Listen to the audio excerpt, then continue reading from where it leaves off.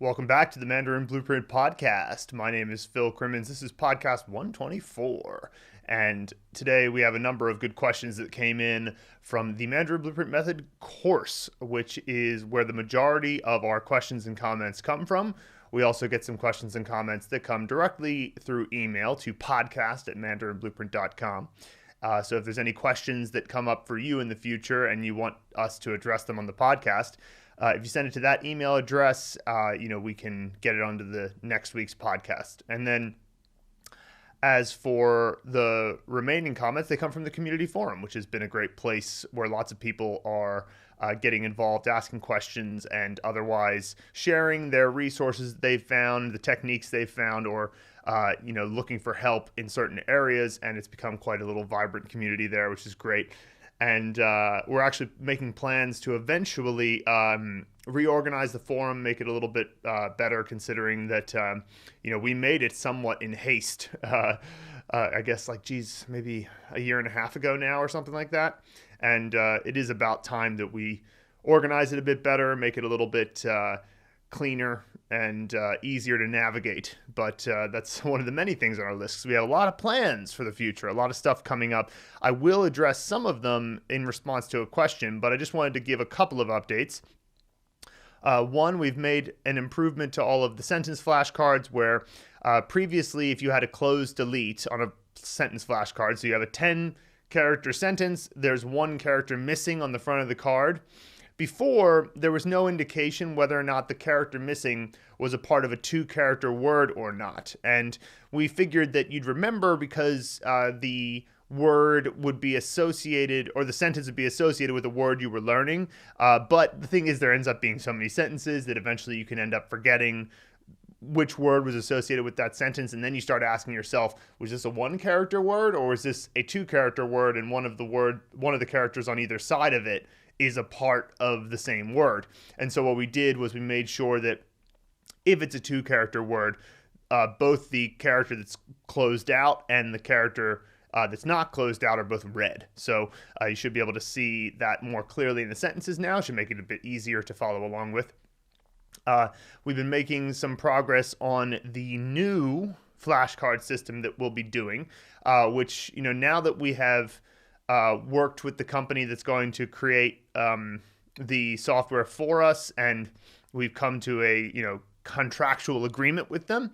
That's reasonable enough for us to announce it officially. It's still not going to be ready for a little bit, but Mandarin Blueprint will be moving to a new, more streamlined flashcard system. But we're going to have to work out a lot of kinks with it. So I'm not saying that it's going to happen like this month, or really it should happen before the midpoint in the year, I would say. It might take 4 to 6 months to be solid with it and sure that it's functional. But I think it's going to be really good for getting Mandarin Blueprint out there to more people, because Anki is, of course, a big pain. Here's a little tiny issue that getting this new flashcard software will change, that is going to make using Anki or using SRS flashcards so much easier, not only on the user, but also on Luke and I. So take this, for example. If somebody sends an email saying, oh, hey, there was a typo in this sentence, or they point out that a translation maybe isn't totally accurate and we agree, and so we want to change it, well, you run into a problem there, because if we edit an Anki card on our master Anki deck for Mandarin Blueprint, that doesn't mean that you just get it automatically, right? We have to change the card, sync our decks, export the deck, re-upload it to the Mandarin Blueprint Method course, and then you have to re-download it and open the file just to get that little edit to show up.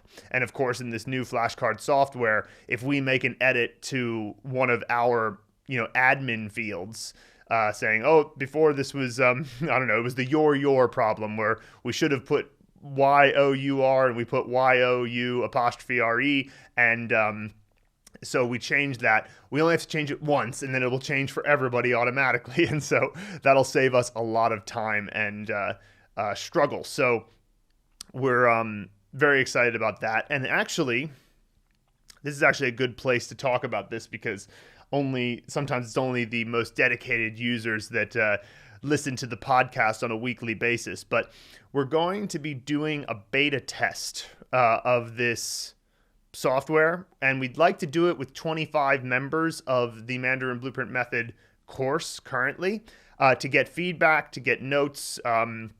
This is the way it's working, is that we're going to be creating the new software and having it integrate with the Mandarin Blueprint system, but we're not going to do it until we're happy with how it functions and that it can do all the things that we need. And just to be clear, if you like Anki and you're happy with Anki, there's no obligation to switch whatsoever. However, it's we would really love to get the feedback of people who've already been on the course. And it would also be very good if we had a few people who were like just starting the course and were willing to try the new software. But that's a little bit trickier because they don't have a relationship with us yet. But still, if you're interested in that, let us know. You can send us an email and just let us know that you're interested in getting involved in the beta test there, because that will be very helpful in us finding little things that we may have not discovered on our own that aren't working properly. So that's a little announcement there. Another thing is we're just about to release a video that is, this particular video is like a longer form video. It's about 50 minutes that Luke made, covering different living link techniques, vocab mnemonics for learning Chinese words. And we've also gone through the process, or I'm in the midst of going through the process of breaking it up into 12 shorter videos that we can we actually decided we're going to do it as 4 shorter videos, like 10 minutes each or so, that are covering vocab mnemonics and covering what it is that, comes up, to what techniques you can use to remember a Chinese word, how to apply similar visualization techniques, but not as systemized as the Hentschel movie method, and just give you a big toolkit for remembering Chinese words of 2 or more characters. And so that is coming up very soon. That'll be a big improvement to phase 2. And we're also reshooting the phase 2 vocab videos to sort of reflect these techniques and make sure that we're covering the techniques as much as possible.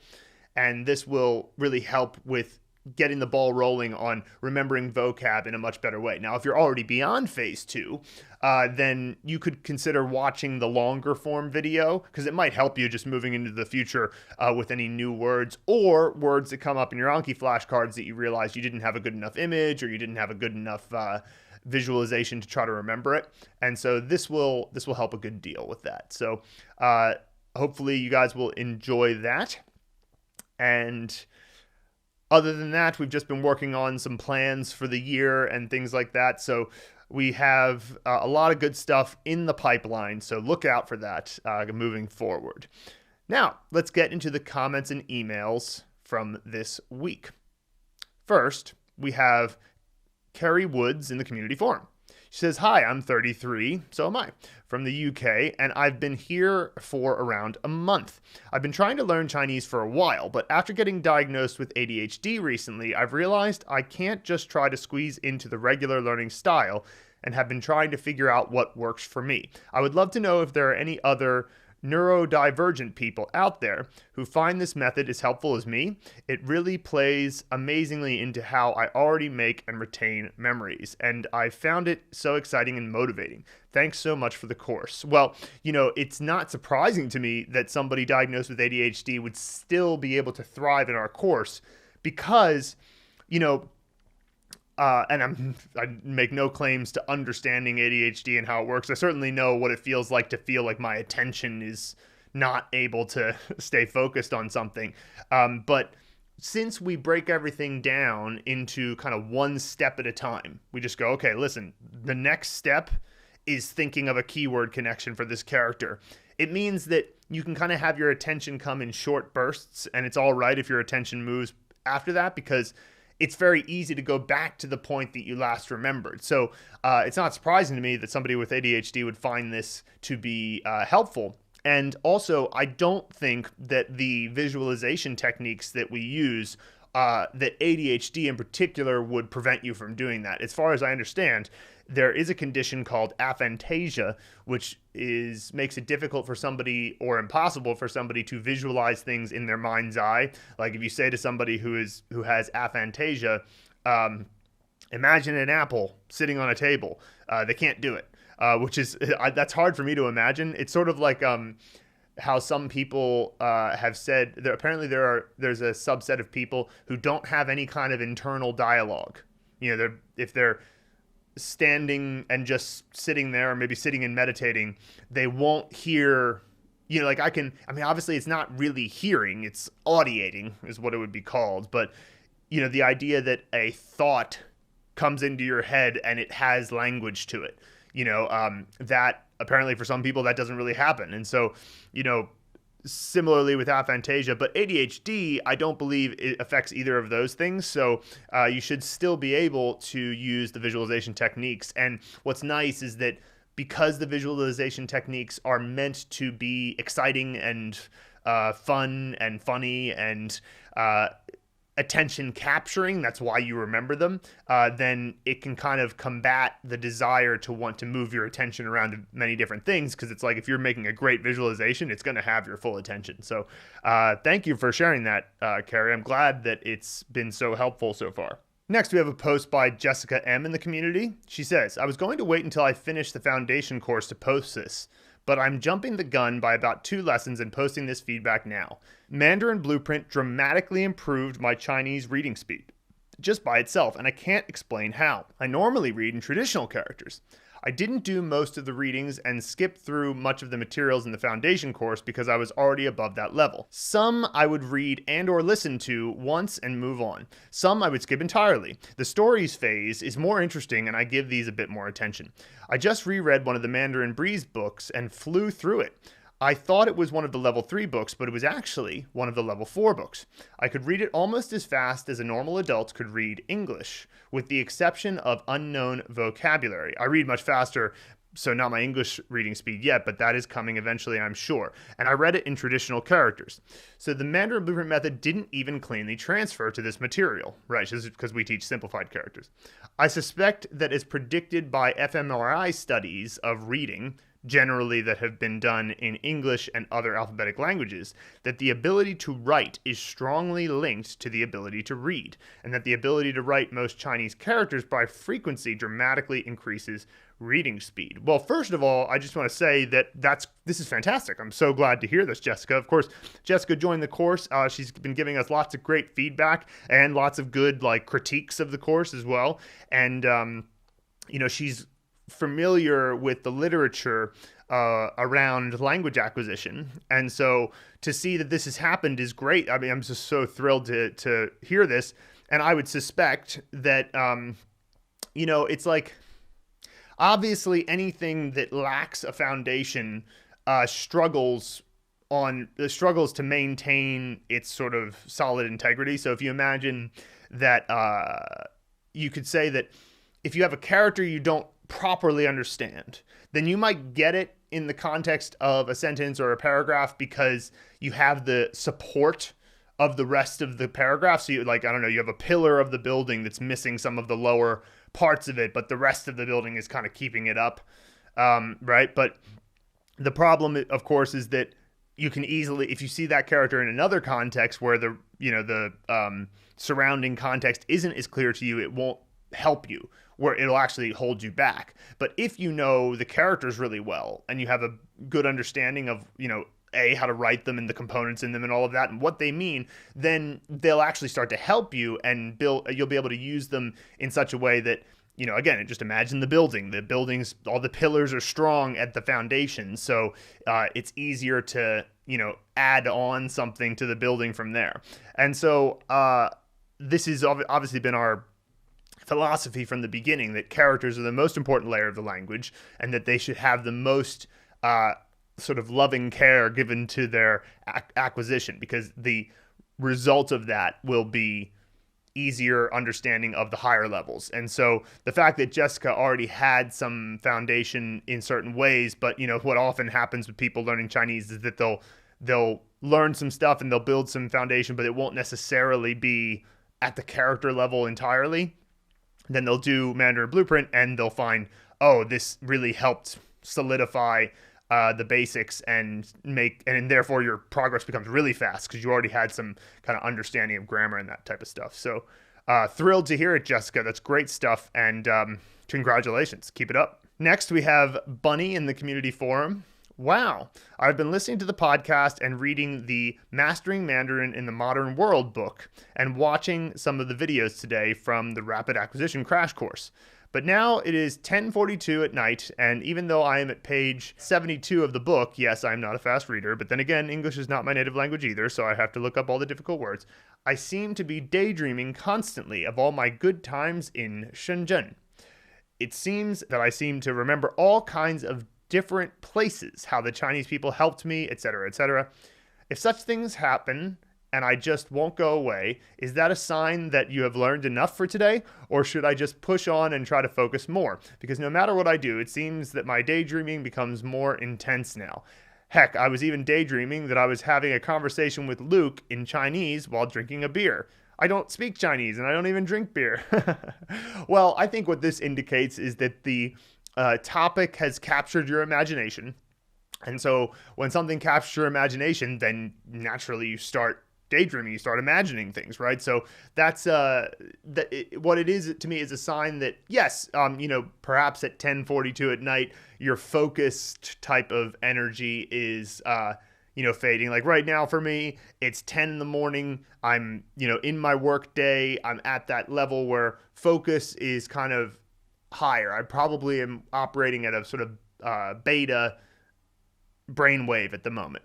But when you get to the end of the day, you start moving towards the alpha brainwaves, which are slower, and then into even the theta brainwaves, which is kind of like sleep, or maybe the fastest theta brainwaves are kind of that spot in between sleep and awake, but mostly theta is asleep. And so, you have the sort of degrees of it, and beta waves are very energy consuming. And so eventually you can't do that anymore, and you'll need to move to a more relaxed state.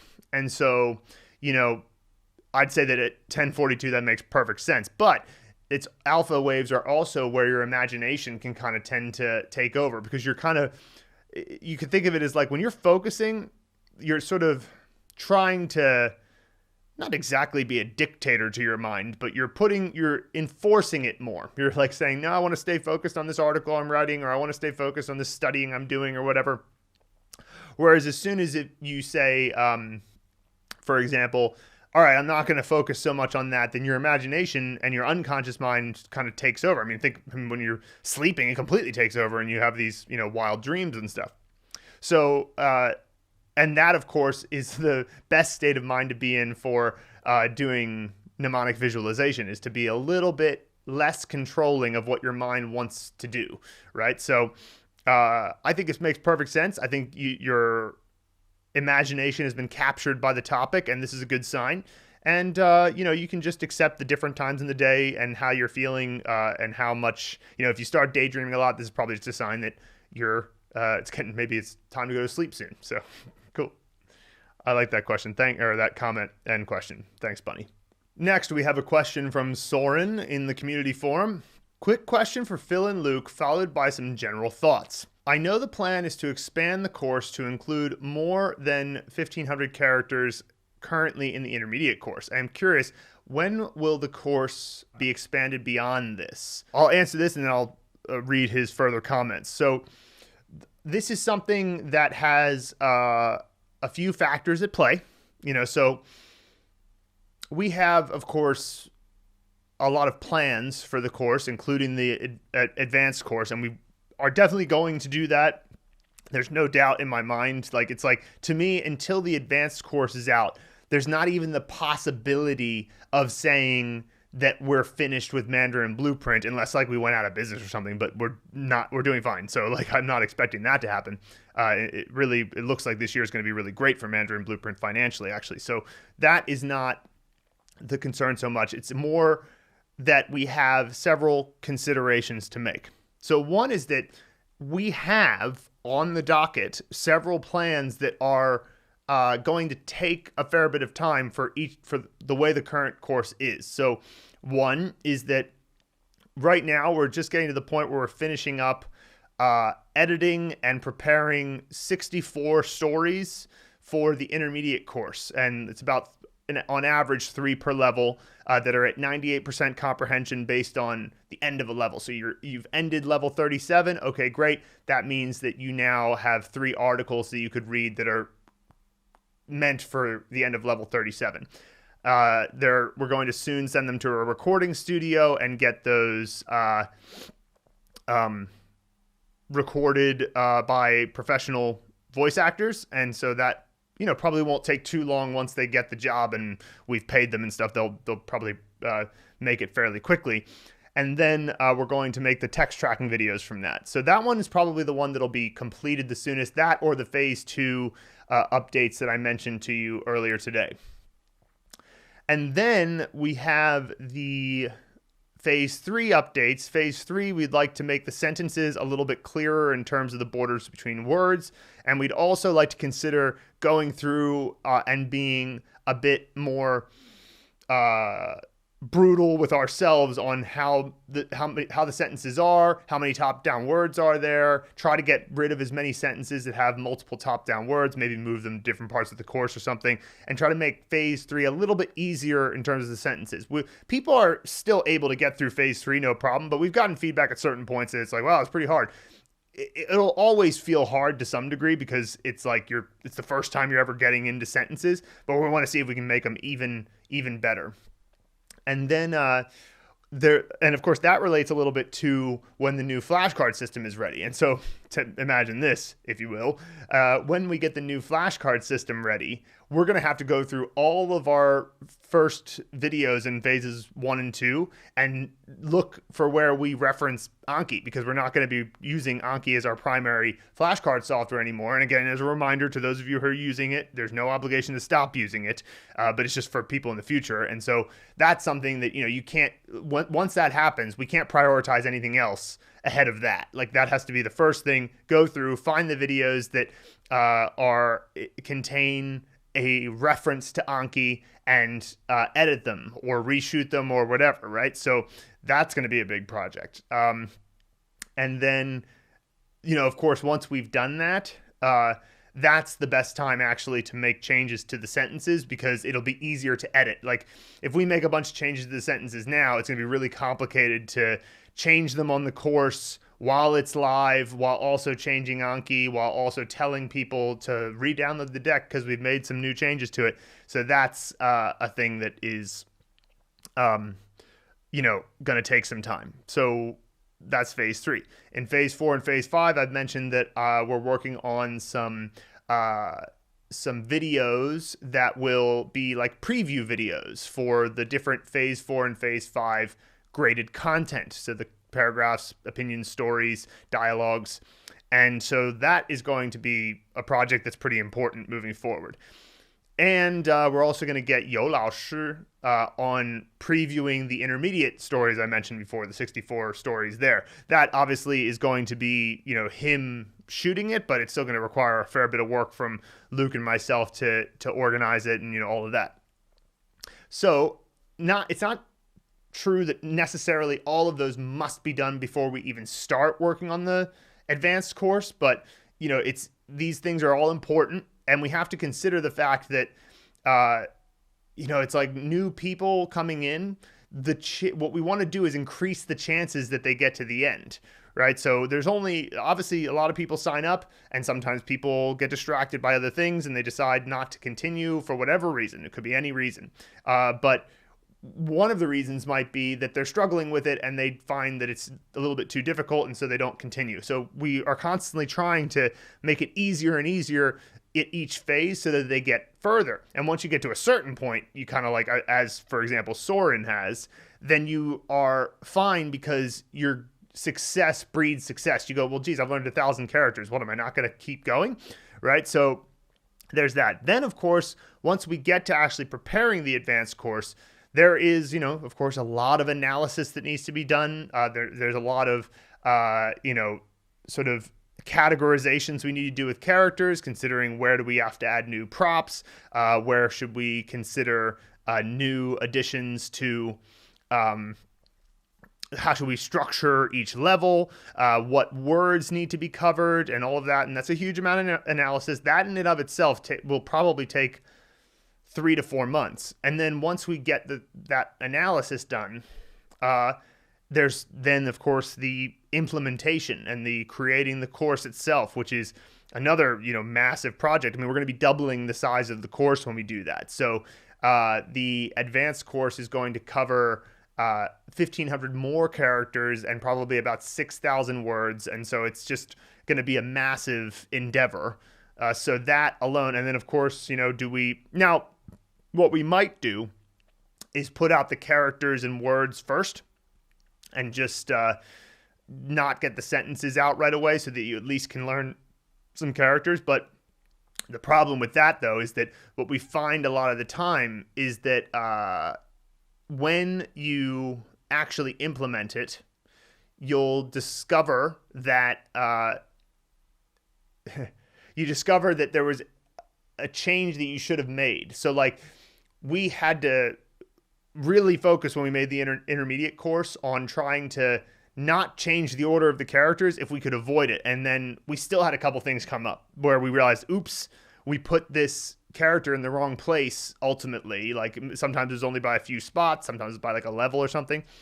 And then that really, you move one character when you make this order, it really changes everything. You have to make, it could be like 3 days of work if you just change one character just to make sure that it's all correct.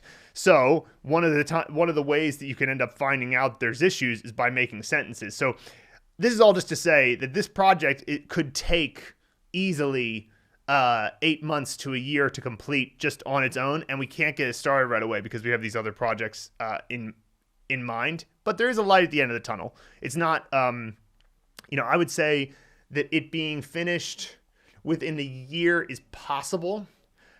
Within a year and a half, probable. And it's January 2021. So by January 2022, I would be, if it was ready by January 2022, I would be very pleased, but a little bit surprised. But if it's ready by summer 2022, if it's not ready by summer 2022, I'd be a little bit disappointed. So we'll see how that goes. All right, let's continue with Soren's thoughts at the 1,000 character mark. He says, nearing the 1,000 character mark, if possible, I am keen to schedule the pace of my character learning according to the release. The thought of having to pause and not learning new characters for a while strikes me as rather odd. Yeah, well, I understand. It's just, as you can imagine, it's part of the reason why the Mandarin Blueprint Method is so valuable is that it takes a lot of hours to put this type of stuff together. So, apologies. So let's see. That said, no doubt it would serve me well to pause and focus on listening and pronunciation/speaking. My experience at level 45 is still that listening comprehension remains extremely difficult. I know this is to be expected and has been addressed multiple times already, but I'm still hoping I'll see a rapid improvement in how I experience listening. I'm currently watching Take My Brother Away on Netflix with the plugin that allows for both Mandarin and English subtitles. It's quite remarkable and extremely motivating just how much I can comprehend from reading, but I must admit that, although the spoken Mandarin in the series is very clear, a lot of sentences that are easily comprehensible from reading goes completely above my head without the subtitles.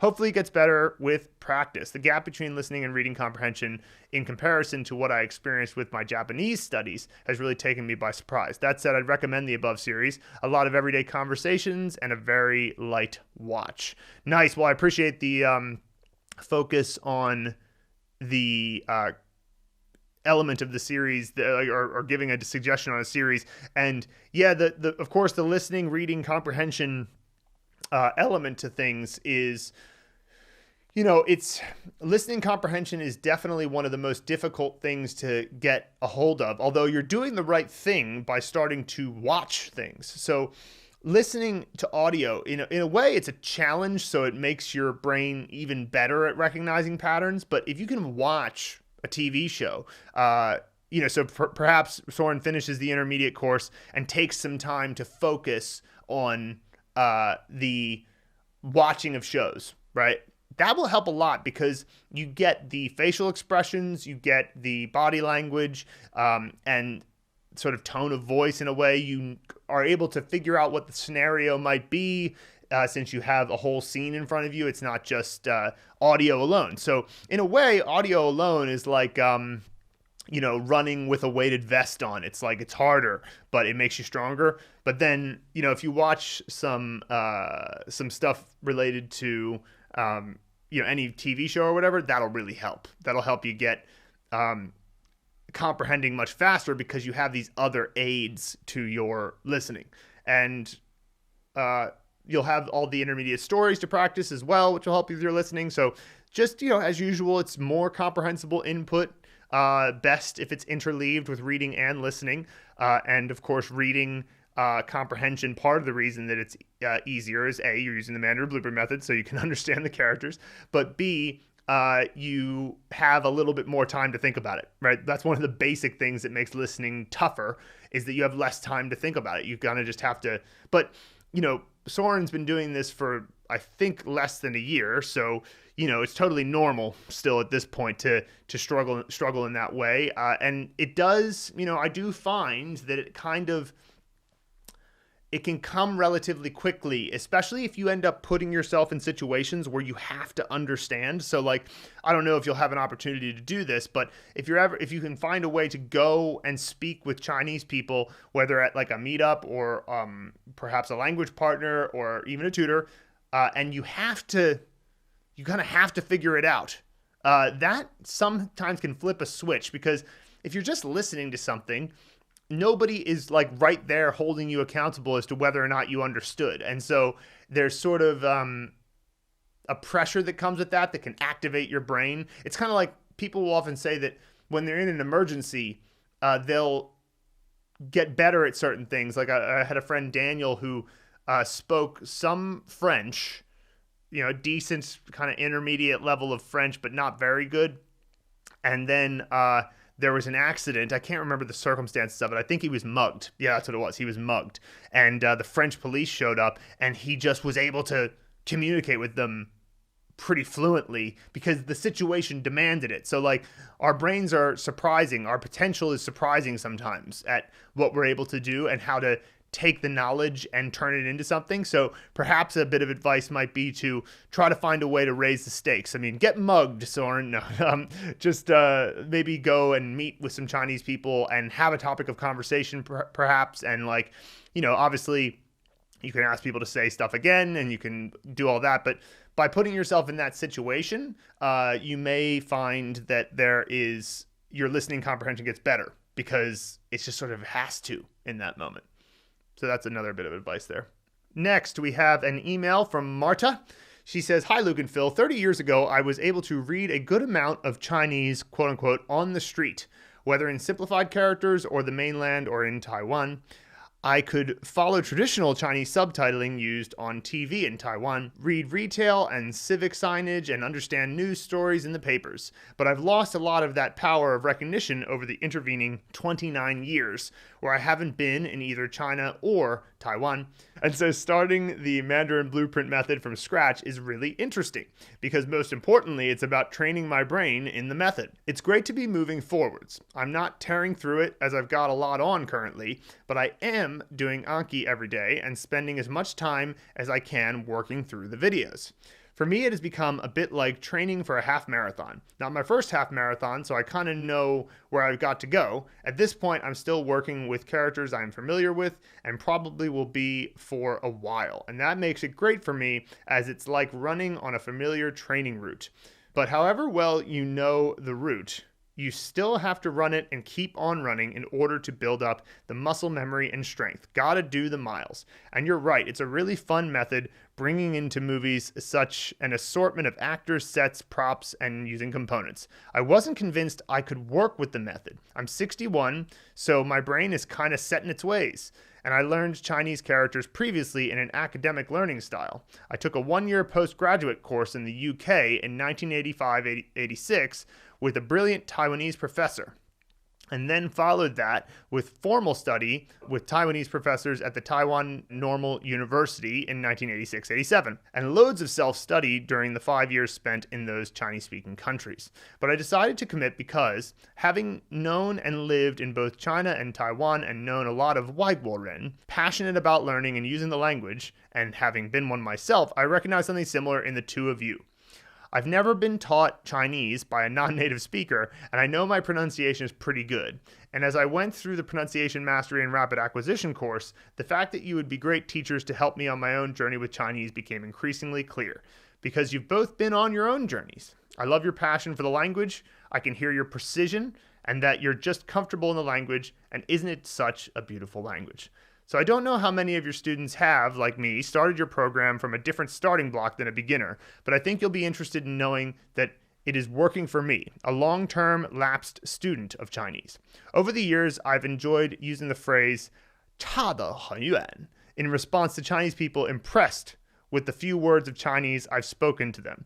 As a lifelong subscriber, I look forward to where I'll be in 3 months, 1 year, 2 years. I really do believe I'm on the road to my Chinese again, and your brilliant Mandarin Blueprint method will keep me going and going and going. Thank you both. I also see what an amazing effort you are putting into building your business, and I wish you great success, Marta. Well, thank you so much, Marta. What a lovely email to receive. And yeah, that is great feedback. I mean, you're certainly the first person I'm aware of that's coming back to Chinese after 30 years away. So the fact that you're finding it this valuable, and what a trip that is to think that, you know, you could go away from Chinese for 30 years, decide you want to go back to it, and in the intervening 30 years, technology and, you know, thought technologies and methods for learning have all developed, and then, you know, you find us, which, if I do say so myself, might be the best distillation of all that stuff on the internet. So this is great to hear, Marta. I'm so thrilled for you, and so, yeah, very soon, your level and from before and your level in the present will be 差不多. Hank Elliott on Vocab Unlocked from Fang, which has the words DiFang, 方便, 方法. So this is one of those vocab living links lessons. So let's see here. He says, so the word is DiFang. It means place. He says, I hear Damon's speech in Fast Times at Ridgemont High when he was lecturing the star dweeb how to pick up girls. He said that any place you go should act like it's the coolest thing around. My silly brain hears Damon saying place and his fangs grow. Nice, DiFang, right? So fang and fang, they're spelled the same and they're all similarly pronounced. So yeah, that's great. And, you know, so incorporating fangs in some way is a good idea. That's a great method for getting... So that's a method of mnemonic visualization or sound mnemonics where you're saying that the spelling of a pinyin syllable happens to be the same as an English word. Great when you can do that. And of course, also with DiFang, you have Di, which is ground, and Fang, which is square. So like any, you know, of course, a place to some degree, for us to even call it a place, it must have some kind of defining border so that we can determine it's this place and not that place. So there, one, you know, classic border is a square, and so you could say the ground of the square of ground here is a place. And so that's another thing that happens a lot with Chinese. It's just so logical that things can make sense there. So excellent. And by the way, since this is on the lesson that also has 方法, which means method for something, you know, that's another one where I can think of, okay, well, fa is, that's the word, that's the character that means method. And then fang fa is like, it's almost as if you drew a square around the method and kind of solidified it in that way. So now it's a formal method in that way. And so, you know, because I've often thought that sometimes people are really smart in their area, as long as you don't go outside of their area. So like, because you have to draw the borders around something sometimes. You can always question premises of any idea. So you want to say, I think we should do something politically as a country or whatever. Okay, fine, but there's going to be premises as to why you think that is, and anybody could just decide, well, I don't like that premise or I don't like this premise, and so you could constantly do that forever. But at some point you go, well, listen, let's just accept these premises for now and then make an argument within the square of that premise, and that'll be my method for thinking there.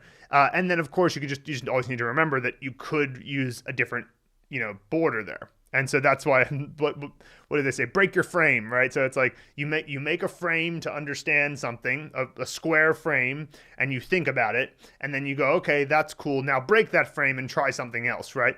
And that's a good way to make sure that you remain, to at least a little bit of a degree, humble when thinking about philosophy or ideas. Hank Elliott on Vocab Unlocked from 放下 and 放心. So for 放心, which means to relax, he said, I like the hand grabbing the heart as mentioned above, because 放 means to put down. So like you could say the hand grabs the heart, which is up here because you're anxious, and it puts it down back into place. Relax. That was our suggestion. But he said, however, I'm changing it to giant fangs since that fits with the pinyin. So, obviously it's hard to imagine that you would relax if somebody was putting fangs into your heart, but it doesn't have to make sense. You could just be like, these fangs go into his heart, go into a guy's heart, and then upon going into his heart, he just goes, that's nice. So it's totally fine to do that. And of course, then you have not only the relaxing, you have not only the heart going back down, which is how the Chinese conceptualize it. You also have the sound mnemonic of fang and fang. Nice. John Nomura on Make a Movie for Go, which is dog. He says, I noticed that there is a search engine, Sogo, literally means searching dog, and it's the second largest search engine in China. Yeah, so Sogo is, Baidu is number one, but Sogo is used pretty commonly. And also you have the Sohu. This is very useful for people who have PCs and want to have an input method for Chinese. Sohu is another one that is very useful. I think it might be the same company as Sogo. Don't quote me on that, but I think Sohu is an input method for Chinese for PCs, so you can type in Chinese. And then Sogo is a very, very popular search engine, and you can use Sogo for finding images for your different vocab flashcards. It can sometimes help to use a Chinese search engine because you'll get more Chinese-related types of responses. Nice. Next, we have Jason Pan on bonus connector and with 和 跟 语 and relator expressing with using 和. So this is essentially a grammar point that we did about 和. He says, 2 things I'd like to share for this grammar lesson. This was a fascinating aha light bulb moment for me. Was just previously going through the sentences for 拍照, and I came across the sentence 很多人都等着和他拍照. At first I was like, this doesn't make any sense, because I was trying to translate it to the effect of something like, there are lots of people waiting with her to take a picture or something like that, and absolutely sounded so ridiculous. I attempted to translate every sentence before looking at the English. Can I just point out, why are you trying to do that? Why are you trying to translate every sentence before looking at the English? I mean, that's not like an acquisition technique. So it's fine if you want to do that, but if your goal is to acquire Chinese, trying to translate every sentence before looking at the English, I don't know if I can, I wish I could shout this from the rooftop somehow. Translation is not the same as acquisition because the languages aren't the same. There's a number of premises that are different. So it's fine as a mental exercise, but I just don't want you to think that translating a sentence is the same thing as acquiring Chinese. So, I'm not please, when you're doing these types of things, just try to remember what the goal is. And if you feel like, okay, my goal is to become a translator, then okay, that's fine. Then you can practice that. Although if your goal is to become a translator, I would recommend finding somebody who is an expert in translation to give you some advice. I took a translation class at Sichuan University, and that was what made me realize how different translation is from understanding the language. Because I would look at a sentence and I would be like, I understand this sentence. If somebody said this to me, I would get it, but it's so difficult to then put it into my brain and regurgitate it into English or the other way around. So anyway, just a thought about that. So anyway, continuing. He says, so then I looked at the translation, and that's when I realized that 和他 functioned as the preposition with, similar to something like 给他, because I noticed that it behaved in a similar way, being placed before the verb. So I arrived to this grammar point, and it immediately helped to solidify that understanding. Furthermore, and most importantly, what was even more interesting was when you showed the sample sentence, 我想要和一个美女在一起, which I honestly was never comfortable with the translation because of exactly the 和一个美女 part. I immediately was able to make sense of it, and it clicked. I mean, it took a couple months since I was first exposed to the sentence a long time ago, but I guess better later than never. Nonetheless, I'm hoping this sequence of learning this grammar point, SRS exposure before officially learning this grammar lesson, will help me understand it more naturally and intuitively in the future. Well, sure. I mean, you had the light bulb moment. That's exactly what we said should happen. We said, you should, if you learn the grammar point before you've ever seen any sentences that use it, it's kind of just like, okay, well, you're telling me, like if somebody explained to me a French grammar point right now, I'd be like, all right, cool. I think I can conceptualize that, but I don't have any examples of somebody using it towards me. So it's not a light bulb moment, whereas it's exactly what happened with you. So I'm glad to hear that. That's good. That's good news. 2, I really appreciated this grammar lesson because you taught something in a way that I don't think you have up to this point in Mandarin Blueprint, whereby you broke down the sentence, 我看见你能用中文和中国人聊天.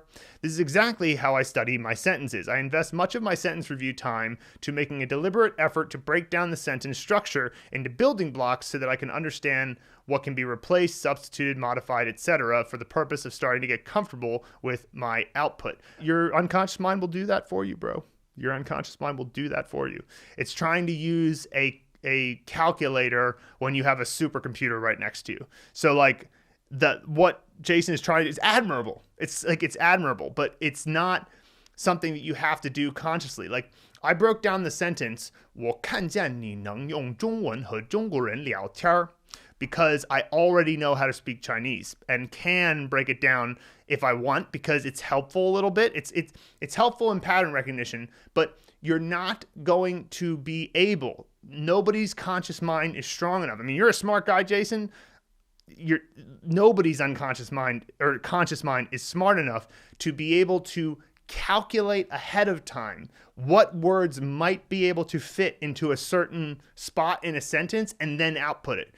It's like you would have to be so super fast at that process to be able to do it in conversation real time. Because what is conversation actually like? You're discovering what you want to say as you're saying it, for the most part. I mean, unless it's a prepared speech or something. And so, as a result of that, by pointing this stuff out, it's not...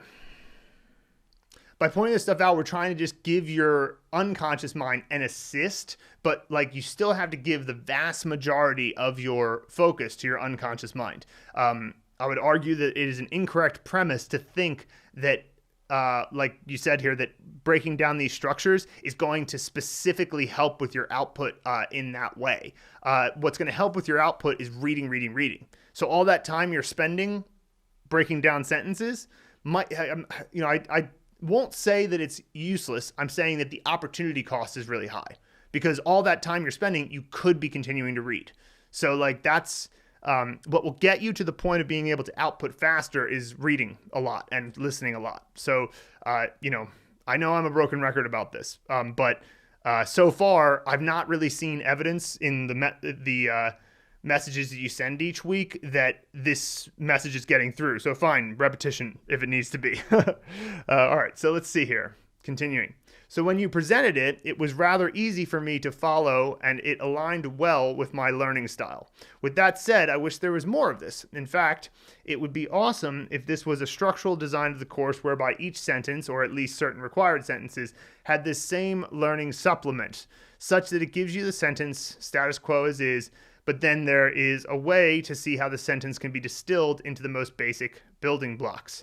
Thanks for the great grammar point. I think knowing 和 as a preposition / relator will serve very useful.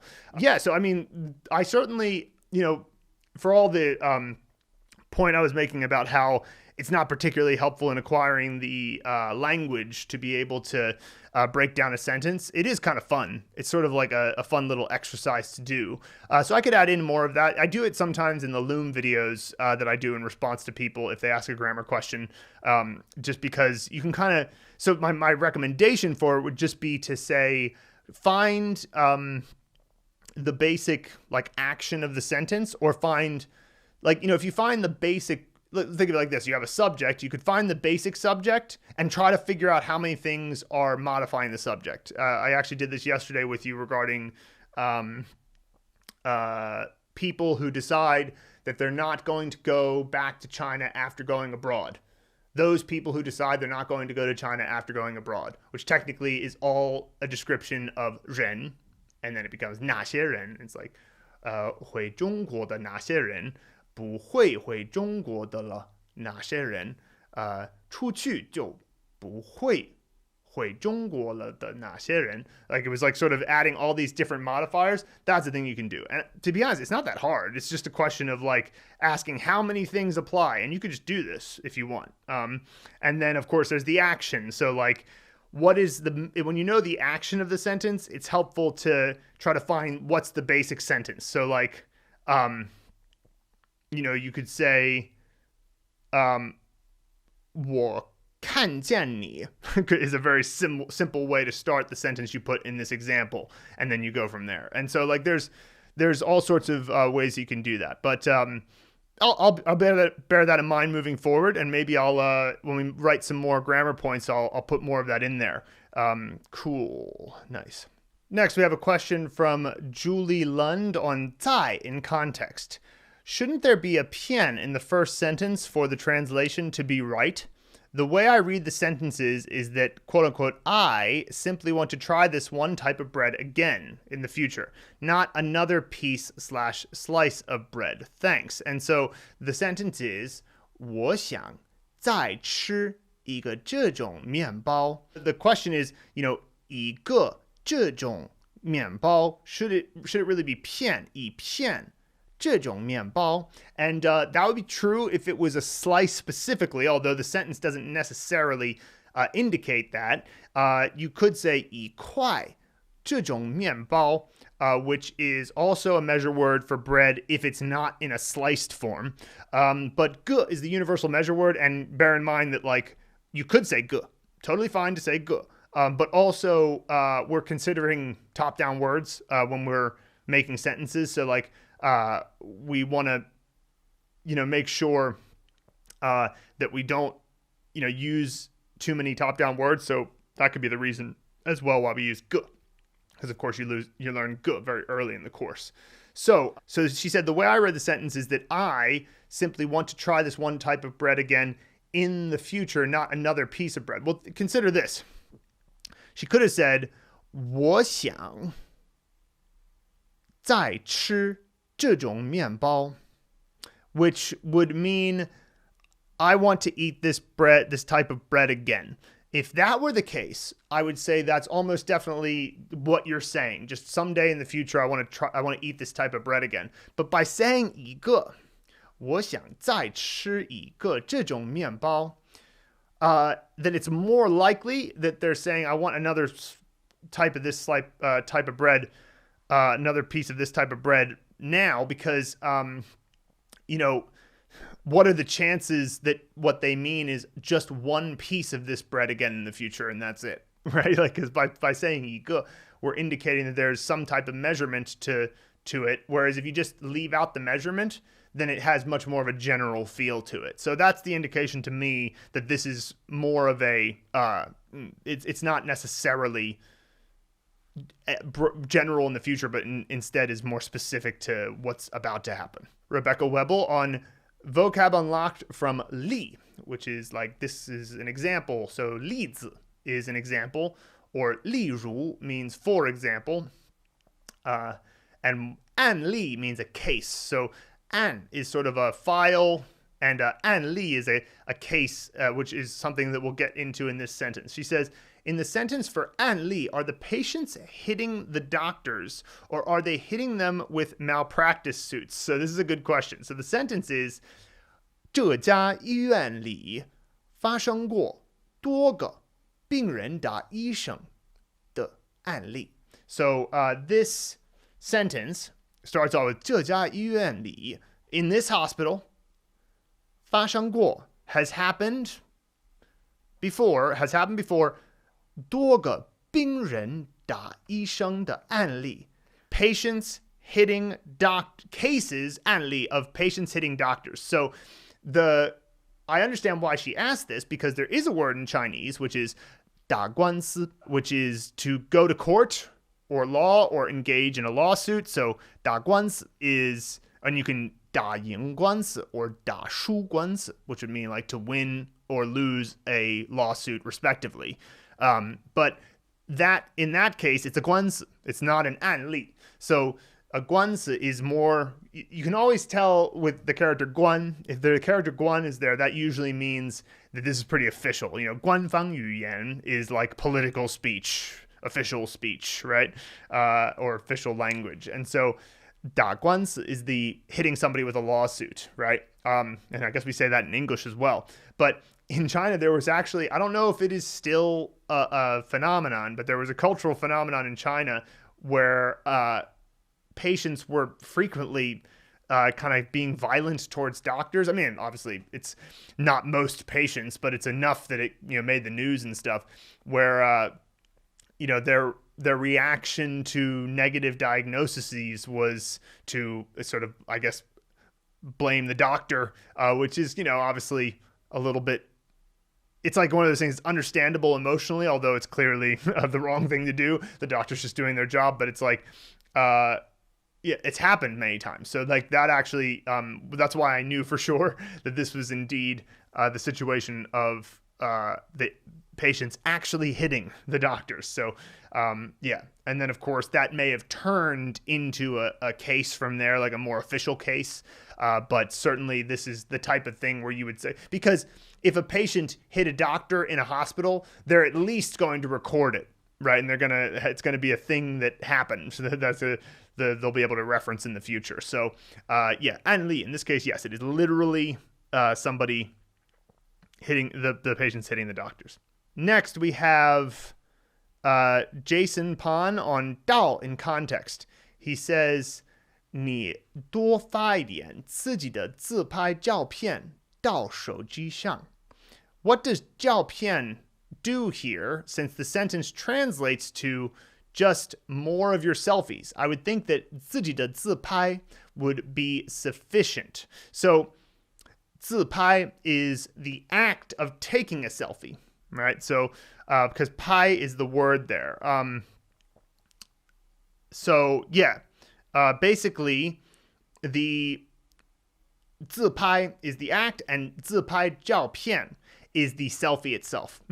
The selfie itself. It's getting meta in here. So yeah, like because a 照片 is a thing that you could send to your phone. So it's like 你多发一点自己的自拍照片到手机上, right? That is the it's saying send some more of your selfies to the phone. But the way Chinese does it is by creating the word selfie, they take, okay, the selfie itself is a picture fundamentally. And it's what kind of picture? It's a 自拍照片. It's a 自拍 picture, right? But it's not, so they say, you could say it's a selfie picture, and then take a selfie, it's 自拍. And so, yeah. And then at first I thought, when I first read this, I thought, wow, there is a lot of, it seems redundant to say 自己的自拍照片. But then I thought, because, you know, like, aren't all 自拍照片your own? But then I thought, nah, because here's a phenomenon you'll see all the time.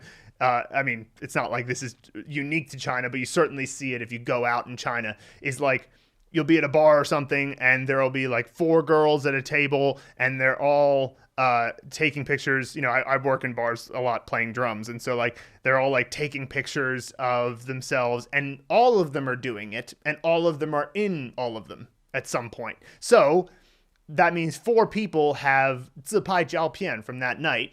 And so one of them might say to the other ones, 你多发一点自己的自拍照片到手机上, right? So that's an example there where of why it is. So really the what you want to take away from this is that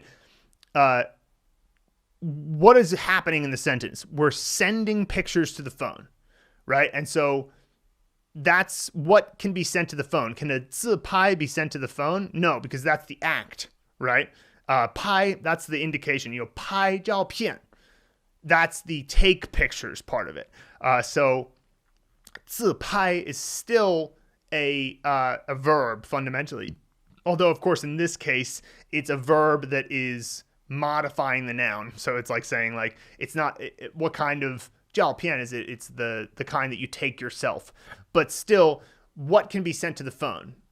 A 自拍 can't. A 照片 can. So that's how you can think of it. Jason Pan on 到 in context. I like this question. 我要走到公园去玩. So why does 到 mean go to, leave for, if the translation is just I will walk to the park?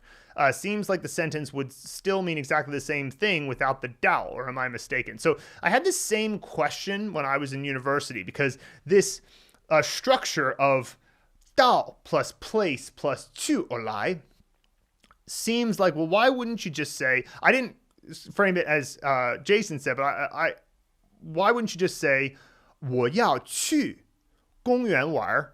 Why would you say 我要走到公园去玩? Like 到公园去. Why not just say 去? And so, first of all, you can say 我要去公园玩. But if you say that, you've not given any indication as to how you're doing it. You're not saying I'm going to walk to the park. I'm going to leave for the park. Now, 走 could mean either walk or leave, but that's kind of beside the point. If you want to say anything more than just go, you want to say I'm going to leave for the park. I'm going to walk to the park. So suddenly you need to change the word order because you need to be more specific. So 我要走到公园去. So 去 is a directional complement in this case. So 上去 or 上来 means go up or come up respectively, in which case the real verb is 上, meaning to go up or like raise up in some way, and then the 去 or 来 is to indicate the direction in relation to the speaker. So that's what's happening here. So what we're saying is 到公园去. So the 去 indicates that wherever the 公园is not here, and it's going to be away from you and the speaker. So you're going to go to there. Theoretically, if you were on the phone, you might say to someone, 你走到公园来玩吧. That would be fine. And then in that case, it's 来, because from the speaker's perspective on the phone, they're in the park, so they're saying come to the park. Easy enough. Now, if you were to say 我要走公园, well, what that means is that you want to walk the park, right? Which isn't what you're trying to get across here. You're trying to say that you're going to walk to the park, and that's where the 到 comes in. See what I mean? So 我要走到公园去玩. And then the 玩, you don't even have to include that if you didn't want to, but it's just a further explanation, just saying that, like, hey, I'm going to also play when I get there, but that's optional. So hopefully that makes sense. You can't just say 走公园 because that means to walk the park. And what you're trying to get across is that you're going to leave for or go to the park. And then the 去 at the end is just about a directional complement. So look out for the 到 plus place plus 去/来. That'll be coming up a lot in the future. Jason Pan on 没想到 in context. He says, 没想到臭臭和人拍照还要收钱. So this comes from a longer form piece of content. So let me just answer these two questions here. He says, is it context to know that 和 is a preposition here and not a conjunction? Because at first I read it as 臭臭 and people make money taking photos, or 抽抽 and people taking photos make money, right? So he was thinking of it in the more conjunction form, right? So first of all, yes, context will make this clear from the paragraph sentence level. I think this is actually the last sentence of this particular story, which is like about my dog Cho-Cho going to the park, right? So it's just about her day, and it's a silly little story about how the dog goes to the park and actually ends up making money by like taking photos with people, and she collects money and all that. It's silly and unrealistic, but that's part of the point, right? And so that alone would give you enough context to know that it's not Cho-Cho in collaboration with people making money. It's that Cho-Cho makes money by taking pictures with people. So then there's that. So, but even the sentence alone, you should be able to figure this out. And why? It's because of the first half of the sentence. 没想到, right? So 没想到, sure, it comes before a comma, but that doesn't mean that it's not a part of the structure of the sentence. So 没想到 is really 我没想到, right? So the subject of the sentence is 我. And what's our standard for determining whether or not 和 is a conjunction or a preposition? Is it a part of the subject or not? So 臭臭和人拍照还要收钱 would be, I guess, the subject if that were all the sentence was. But the sentence is 我没想到臭臭和人拍照还要收钱, right? So that's the first part of the sentence is actually where the first part of the sentence is where you actually get the subject, and therefore it is a preposition. Now, let's look at the second question about this sentence. He says, what does 还 mean in 还要? I don't think I've seen this before. Is there an implicit even still in the could make money part of the translation? Like, I never thought he could still make money taking pictures with other people. So think of it like this. A dog at a park or and again, this will be, clearer when you're in the longer content. So, like, I love when these questions come in a way because it further proves my point that you can't just have sentences, which is a point of contention that I might have with somebody like, say, Gabriel Weiner at Fluent Forever. I believe his philosophy is that all you need is sentences, and that's enough to get you to fluency. And I mean, maybe he's right. I mean, obviously he's quite fluent in several languages, but I guarantee you at some point, Gabriel got to the point where he was reading longer form content. Maybe what he means is just you only need sentences to get to longer form content, but sentences alone will have you struggle with a lot of context until you get that more context. So, what I was saying was that for 还要 here, in order to understand really what it means,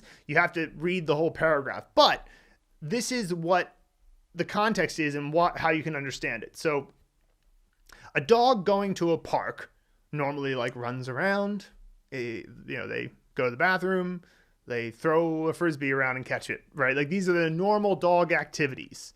So you would say, 臭臭在公园要跑跑，要便便，要和人玩，还要收钱, right? So in that case, you're making a list and you could just say like, 还要收钱 is just sort of a and also, but it can also have the tone of surprise to it. So in this case, you didn't even need to say any of the other stuff because that's just stuff we know. We know what dogs do. Everybody knows what dogs do. So when you say 没想到, I never imagined, right? So that's a little bit, actually that alone should give you an indication why the 还要 is there, because it's a tonal adverb. It's an adverb based on changing the tone of voice of the sentence. 臭臭和人拍照还要收钱. She also is making money. It's a surprise. Like the even makes money there, right? It's how you translate it perfectly is like there's alternate options, I suppose, but that's basically the idea there, is that the Hayao indicates a tone of surprise or that it's not what normally would happen. And so, yeah, that's basically the idea. And once again, you need the longer form content to really get it. If you had the longer form content, which you'll get in like a few lessons, I'm sure, you'll know because it'll be at the very end and you'll kind of get it. You're like, oh yeah, the writer is surprised that their dog is making money at the park.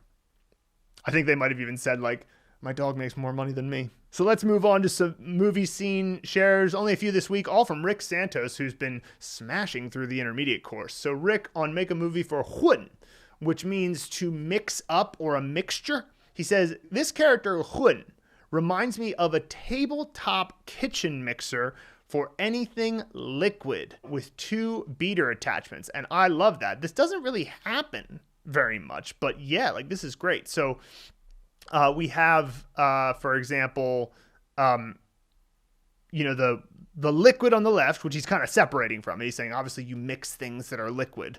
But then the right side looks a bit like you could grab it and make sort of a 2-beater attachment to mix things up. Perfect. So while that may not be the Hentschel movie method, that's a good thing to know because it'll always help you with the meaning of the character. It's like remembering the exact pronunciation, you're still going to need to do a scene and all of that, but like that type of thing will always help. So well done, Rick. I like that. Rick Santos on Make a Movie for B. In the backyard of the null set, the BI actress always had a problem of misplacing her balance scales all over the place. To solve this problem, she had 2 plans.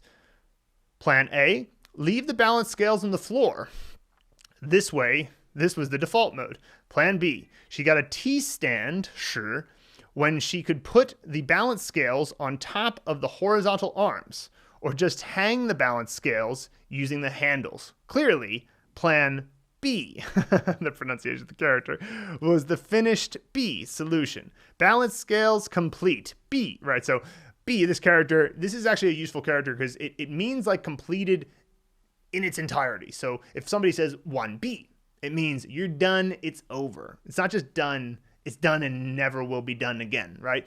A B means to graduate university, or it could be graduate high school or whatever. But the point is, once you've you're done, you did it, right? And a 毕业生 is a graduate. So there's many other instances where you'll be able to use B. But I like that. Nice creative stuff from Rick. Rick Santos on Make a Movie for Show. So let's see here. He says, SH actor was the most successful detective in the OU set. So bureau chief decided to award Show him some cash. The bureau chief hand component him the reward money to show the agency's appreciation for his work. Upon receiving the cash, with his right hand, I suppose, SH actor hurriedly kept, I guess he's just putting the component here for crown. So maybe he's saying that the crown, that's the cash. He kept the crown, it's stashed safely in his backyard. Maybe Rick has some indication as to what that's supposed to be, but he's using the middle prop there. He hurriedly kept middle prop, it's stashed safely middle prop in his backyard, away from the prying eyes of his neighbors. SH actor is not the type who would show them the money. All right, nice. Cool. All right, I think that obviously I didn't quite get what he was saying there at the end, but it looks like it's some good fodder for a potential scene in the future. So for anybody else, nice. Rick Santos on Make a Movie for Anne. Jackie Chan went to the null set home and visited his old mother, Nu. He asked for the files and records, Anne, of the entire family. She kept all these files and records and stored them under a little roofed shack in the backyard. His mother asked him what he was intending to do. He replied, I want to reconstruct our family tree. Ooh, nice. So the records of the family that the mother might keep in the shack out back, create a family tree. I love it. There's all the elements of the character here. Great scene, Rick. Awesome stuff. And that will wrap up the Mandarin Blueprint Method podcast for this week, the Mandarin Blueprint Podcast. And head over to mandarinblueprint.com to learn more about how we can get you started learning Mandarin Chinese in the best, most systemized and logical way, and also the most efficient way on the internet. See you next week.